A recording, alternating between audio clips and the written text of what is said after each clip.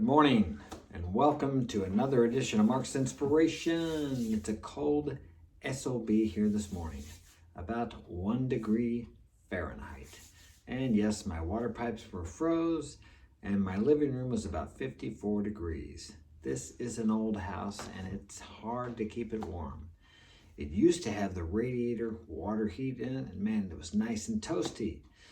But when I lost it about 20 years ago, they took that out and put forced air in. It just doesn't work very well. But I bought it back 8 years ago and finished off everything I started over 20 years ago. So don't let your dreams die. Don't give up on them because they will come to pass. A vision imprinted in your subconscious mind is like a seed planted in the ground.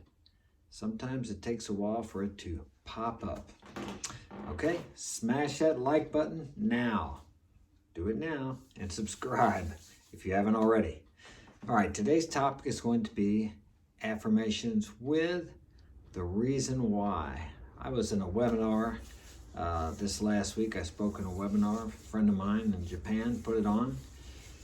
And there was a speaker on there last night. Because I spoke in it, I'm able to listen to the other speakers also. So there was a speaker last night and he spoke about doing affirmations, but then also coming up with the reason why this is true. I never thought about that. I've read about affirmations, I've used affirmations, I've benefited greatly from affirmations through the years in sports and business and personal relations, but I never heard that before, and it's such a simple truth. So remember this, no matter how much you know about something, even if you think you know everything about it, if you just keep searching and listening, there's always something that you don't know. Do you remember when you were a teenager and you thought you knew everything? Yeah, I was there. And then the older you get, the more you realize there's so much to know that you're never going to know all of it. So the older I get, the less I know. That's the way I feel. That's what I think sometimes. Because you become humble enough to realize that there's so much information in the universe. How are you ever going to know it all? But if you connect with universal mind, God, infinite intelligence, divinity, whatever name you choose to put on it, what does it matter? That loving, creative, powerful force of the universe, which knows everything, you can tap into this. You don't have to know everything. What you need to know will come to you when you need it. It's just the way it works. But first you have to believe it. Okay, back to the topic for today. So I heard this last night about giving a reason why. That this affirmation that you're saying is true. Because many times, as you know, we say affirmations when we look in the mirror or when we just say them throughout the day, and they seem like lies to us. And actually, they are lies if they haven't manifested themselves in the outer reality. They're lies in connection or in, they're not congruent with what you are experiencing in the materialistic plane yet. But they are a reality the minute you create them as an idea, as a thought within your mind. Now, whether this reality comes to fruition in the material world, in the manifest world, if you like, depends on how you water that seed, that idea, that thought, if you allow it to grow, because the power that will allow this to come to pass is connected with your conscious, rational mind, which comes up with these ideas and these thoughts. But it's up to you to imprint this on the subconscious, which is connected to universal intelligence, God, superconscious mind? Some people call it that. Okay, and this part of us, this God part of us, is what creates this. We don't have to worry about the how. All we have to do is get this imprinted to where it becomes a fact for us in the unseen world. Never judge by the evidence of your senses. They are faulty. I've said this before, but everything you see in your material world, such as this punching bag behind me, right there, was created in the mind of man. It was an idea, it was a thought. Okay, now when you have these ideas of thought, you have to decide what it is you desire first. Do you know what you want? And then make an affirmation that is congruent with you already having or being what you desire. First, you must be before you can have. Let's say you want $100 million. First, you must become a man with that amount of money within yourself before you can actually achieve it or have it in this material world. But how do we do that? Okay, let's say you say, okay, I'm going to use an affirmation. I'm going to say, I am rich. I am rich. So you say it and you think, hell, I can't even pay my rent. I'm afraid they're going to cut my electric off or my water bill. It's like, it's bullshit. It's not true. Okay, it's true within yourself when you accept that as a manifested reality within you first. Now, just because it hasn't been revealed to you in the outer world in front of you does not mean it is not real. Just like this bag was real in someone's mind before it ever became solidified out here. You hear that? Solidified. But actually, these are just vibrating electrons going so fast you can't see it. It appears to be solid to you, but it's moving. It's alive. It's with everything that's alive. The device you're watching me on is alive. It was created within the mind of man. It was alive within the mind of man before it ever became a manifest reality in the material world. So how do you bring these things to pass that you desire in your life? Okay, so you got the affirmation, I'm rich. But then you say, it's bull crap. I'm not rich. Look at these bills. I can't even pay them. Okay, you look in your life to things that you are rich in. Okay, compare yourself to the rest of the world. If you have a home, whether you rent it or buy it, you are extremely rich compared to probably 70 to 80% of the people in the world. Many people in the world don't have a toilet. So for you, that is it's changing your perspective. I'm rich because I have a toilet. I have a washing machine. I have a dryer. I lived in a country where we didn't have a washer and dryer. We washed on a pila. It's like a washboard if you're from the US. We used to have washboards. There were some times where I lived up on a lake where we actually had to get to the house. We had to take a boat from the shore, cross the lake about a mile, then we had to climb up this path up the mountain to get to our house.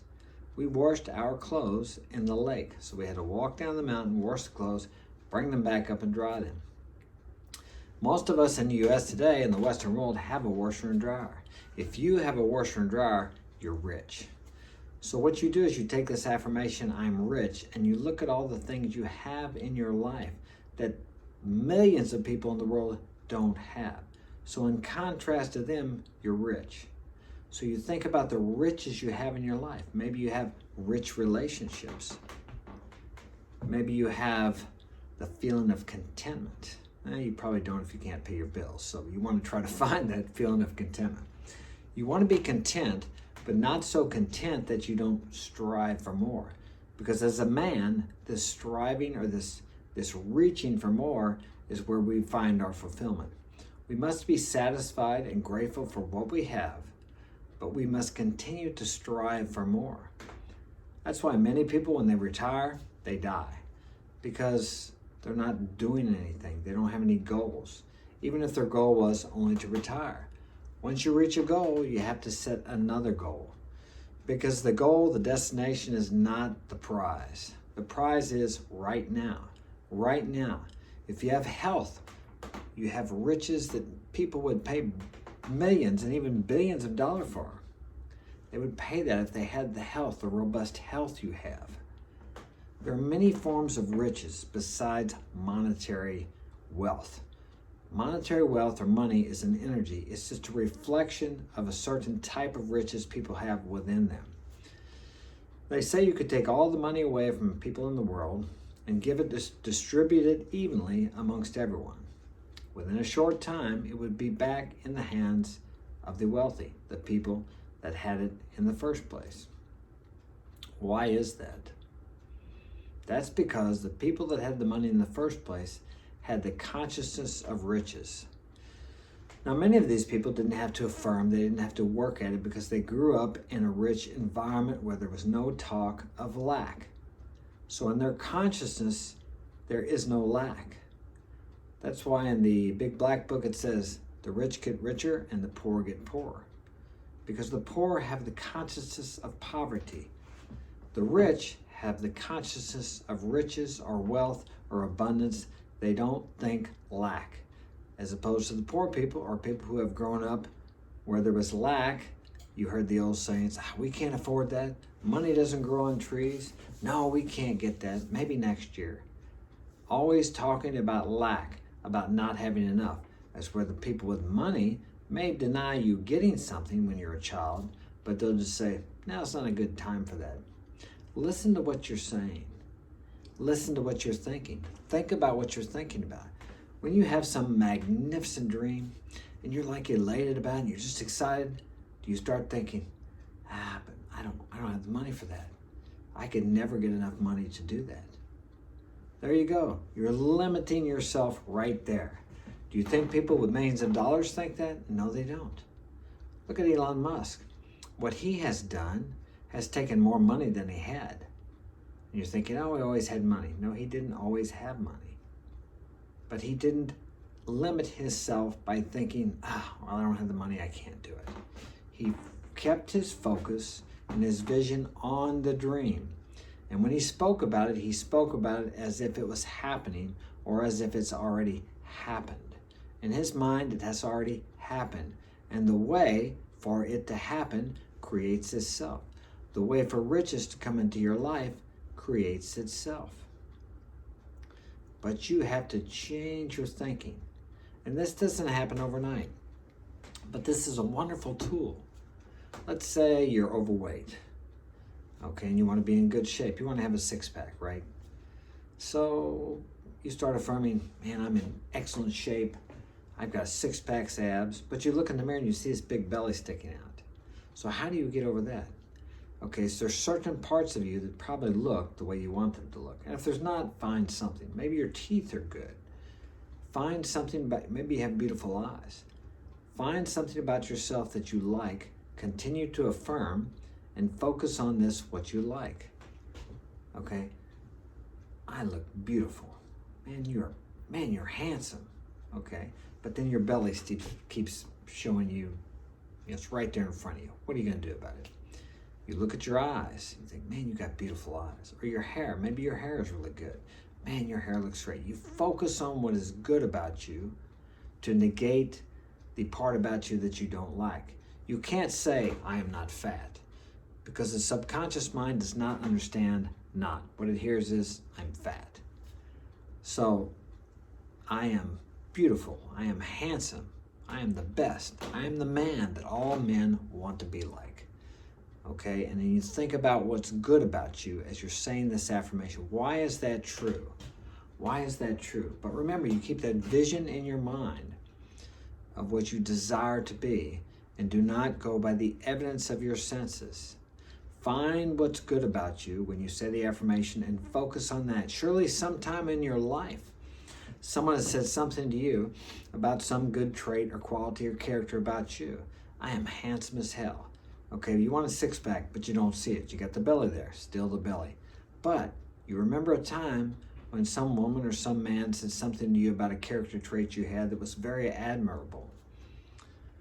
Think about that. I'm a handsome SOB. Because, remember that time where Bill said, man, you're the most assertive guy. Your voice is clear. Man, you really speak clearly and distinctively. Or you're really strong. Remember that time you picked up that big log by yourself? I was going to help you, but you find something. It doesn't have to be anything big. Just find something to affirm, to reinforce this desire that you have that you want. It doesn't have to be big. Something positive. We all have positive things people have said to us, or positive things that we've experienced by our own volition. Think of these. Think of some of your accomplishments. And when you say these affirmations, think about, or actually speak, I am this because of this I did, or because I've done this, because I can do this, because I've accomplished this, whatever it happens to be.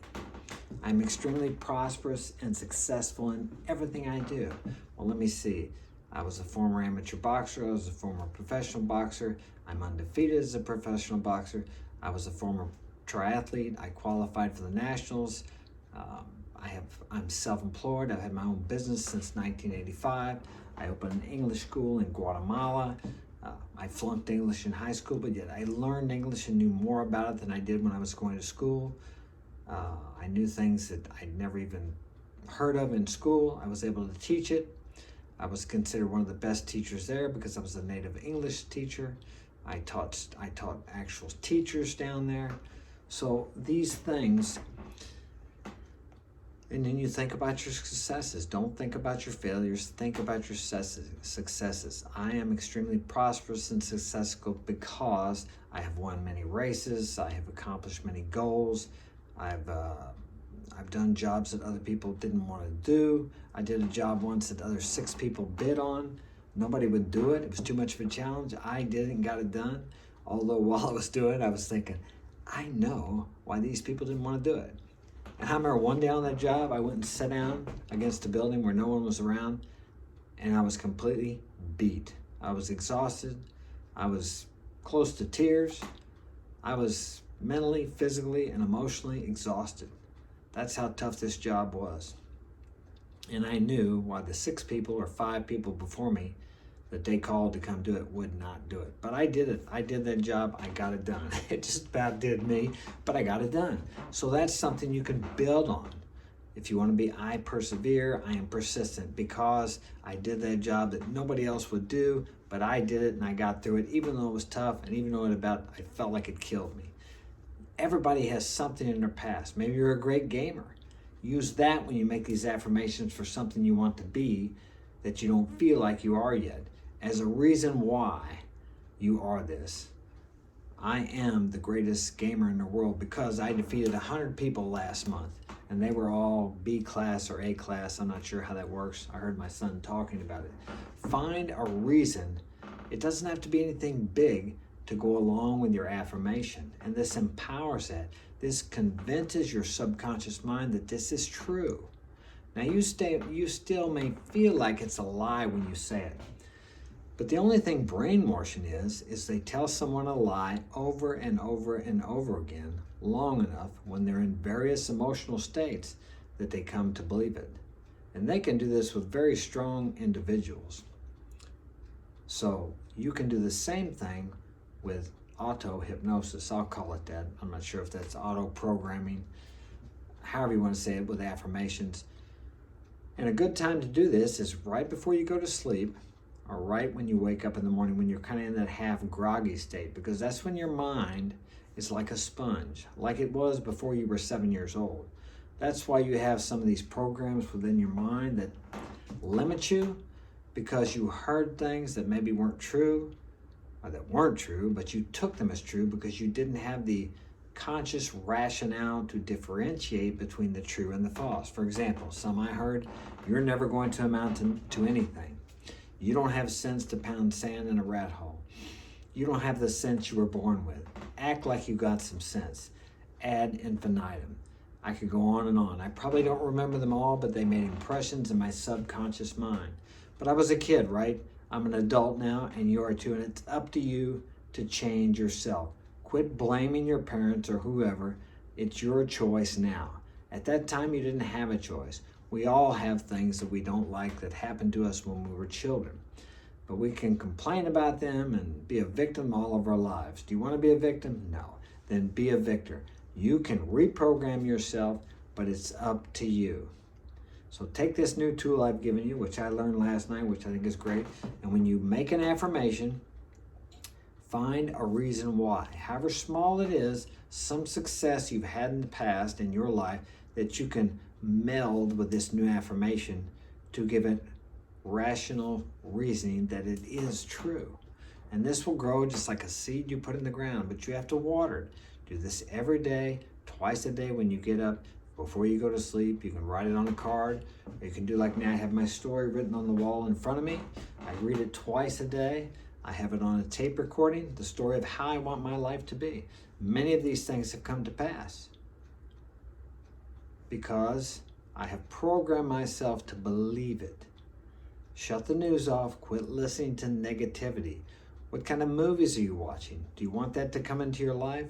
Not that that will come into your life exactly as the movie, but let's say you're watching movies about strife and arguing and fighting. You may find these things being created in your outer world because your mind is sucking this up like a sponge. Because sometimes, I've read this, that when you're watching TV, you're kind of in a hypnotic state. Anytime you're in a hypnotic state, your mind will take these things in, and your conscious mind does not stop to select. It just soaks right in. That's why when you first wake up and when you first go to, or when you go to sleep at night, these are the most important times. Never go to bed, go to sleep with trouble on your mind or angriness. What is it? They talk about a man and a wife.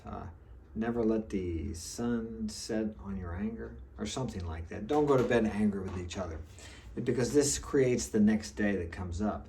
You must imprint your mind when you go to sleep with good, positive thoughts. Think about the things during the day that happened that were good. And if something that happened that wasn't the way you wanted it to happen, then rewrite that in your mind. Think about it as if it happened exactly how you wanted it to happen. You rewrite or revise the day.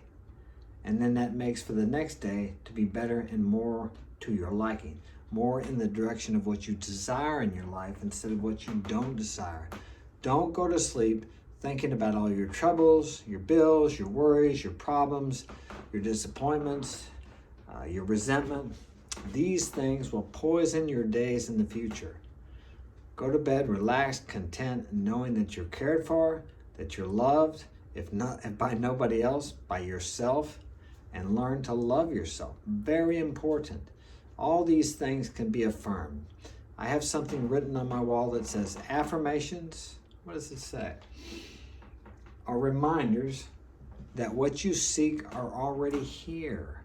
You speak about things as if you already have them. You say, Mark, how can I do that? How can I do that when all the evidence of my senses says otherwise? Because remember, your thoughts create your reality. Or if you don't believe that, your thoughts determine the infinite number of possible realities you can step into. Everything you do in the moment changes your next reality, changes your next step. For example, let's say if I decide right now I'm going to shut this video off and stop talking, then my whole reality, that everything that happens to me for the rest of the day, was determined by the time I shut that off. But let's say I speak another 5 minutes, then that changes every event that happens the rest of the day. If you can grasp that, it's a strange concept. I learned this long ago. Someone told me, I was at a meeting, a group of people were discussing life's challenges, and someone told me, take a different way home, drive a different way home. And I thought, well, that's the stupidest thing I ever heard of. But in reality, it's not. We become victims of our habits. We either have success habits or failure habits. You do the same thing every day, you think the same thing every day, and you expect different results. It's kind of insanity, isn't it? It really is. The definition, of insanity is doing the same thing every day and expecting different results. But yet, many of us get up, we go to the bathroom, we brush our teeth, we take a shower, we make the coffee, we drink our coffee, we do whatever we do, the same thing every day. Get out on the same side of the bed. Why not get out on the other side of the bed in the morning? Oh, your wife's on that side? Well, tell her to get out of the way. You say, Mark, I better not do that. No, but you understand the point? You're in a rut.